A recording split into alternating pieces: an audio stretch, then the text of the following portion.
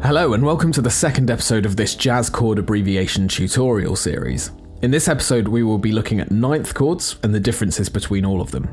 The first thing to note is that most ninth chords include the seventh, but the use of major before the nine still determines whether the seventh is major or minor.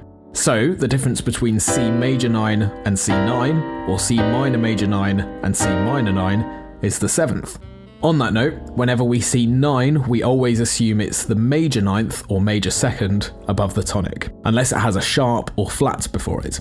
So again, in C major 9, C9, C minor major 9, and C minor 9, you can see that all of these chords have a D natural, which is the major ninth or major second above C.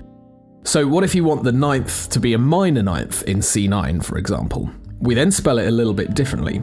We reference all of the notes in the chord before the ninth, so C, E, G, and B flat, which makes a C7, and then we follow it with a flat 9 in the name, which is a D flat. So, C7 flat 9.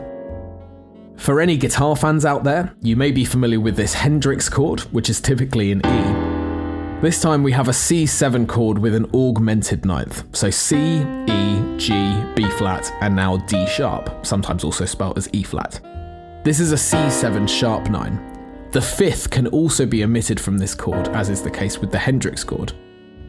Now there are some examples where a chord with a 9 in the title doesn't mean it has a seventh.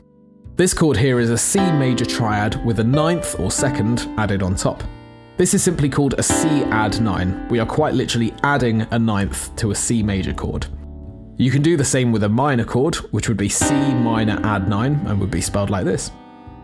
If you want to replace the third, or E, with a second or ninth, so D, this is referred to as C sus2. The difference between C sus2 and C add 9 is that C add 9 includes the third, whereas C sus2 omits the third.